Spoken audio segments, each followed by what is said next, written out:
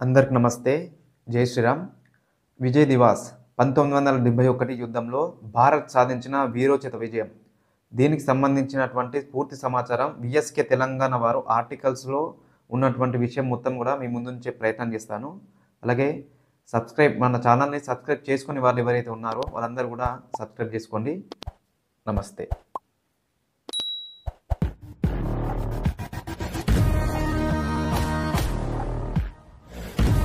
పాకిస్తాన్పై 1971లో నిర్ణయాత్మక విజయానికి గుర్తుగా డిసెంబర్ 16న భారతదేశంలో విజయ దినోత్సవం జరుపుకుంటారు. పాకిస్తాన్ శక్తి సైన్యం యొక్క దురాగతాలకు వ్యతిరేకంగా తూర్పు పాకిస్తాన్ ప్రజలకు మద్దతు ఇవ్వడం ద్వారా బంగ్లాదేశ్ రూపంలో ఒక కొత్త దేశం ఏర్పాటులో భారతదేశం కీలక పాత్ర పోషించింది. 1971 నాటి యుద్ధం భారత్ పాకిస్తాన్ మధ్య జరిగిన సైనిక సంఘర్షణ. ఇందులో పాకిస్తాన్ ఘోర పరాజయాన్ని ఎదుర్కొంది. ఈ యుద్ధం 1971 డిసెంబర్ 3 భారత వైమానిక దళ స్టేషన్లపై పాకిస్తాన్ ముందస్తు వైమానిక దాడులతో ప్రారంభమైంది. బెంగాలీని రెండో భాషగా ప్రకటించాలని తూర్పు పాకిస్తాన్ ప్రజలు చేసిన విజ్ఞప్తిని పశ్చిమ పాకిస్తాన్ పేడచెవిన పెట్టింది. 1970 ఎన్నికల్లో షేక్ ముజిబుర్ రెహమాన్కు చెందిన అవామీ లీగ్ విజయం సాధించగా ప్రభుత్వం ఏర్పాటు చేసేందుకు అతడిని పశ్చిమ పాకిస్తాన్ అనుమతించకుండా తూర్పు పాకిస్తాన్ ప్రధాని యహ్యూ ఖాన్ తూర్పు పాకిస్తాన్లో మార్షల్ లా విధించాడు. దీంతో 1971 యుద్ధానికి కొన్ని నెలల ముందు తూర్పు పాకిస్తాన్ విధులు నిరసనలతో హోరెత్తాయి. రక్తం ఏరులై పారింది. యూదులపై ఏ విధంగా అయితే హిట్లర్ మారణ హోమానికి పాల్పడ్డాడో అదే విధంగా తూర్పు పాకిస్తాన్ ప్రజలపై పశ్చిమ పాకిస్తాన్ సైన్యం విరుచుకుపడింది. ఆపరేషన్ సర్చ్ లైట్ పేరుతో బెంగాలీ జాతీయవాదుల అణచివేతకు దిగింది. ఆ సమయంలో బెంగాలీ జనాభాలో 80% మంది ముస్లింలు అయినప్పటికీ పశ్చిమ పాకిస్తాన్ మత పెద్దలు బెంగాలీ స్వతంత్ర సమరయోధులను హిందువులు అని బహిరంగంగానే ప్రకటించింది.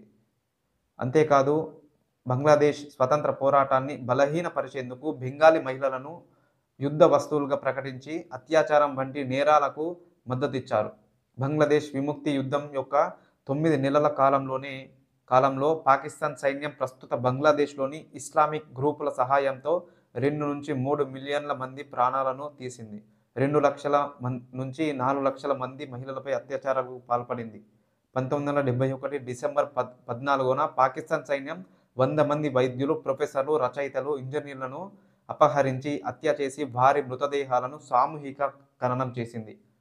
అలాగే బంగ్లాదేశ్లోని ముక్తి బహిని తనదైన రీతిలో స్వతంత్ర పోరాటం చేస్తుండగా పాకిస్తాన్ సైన్యం భారతీయ వైమానిక స్థావరాలపై దాడి చేసింది.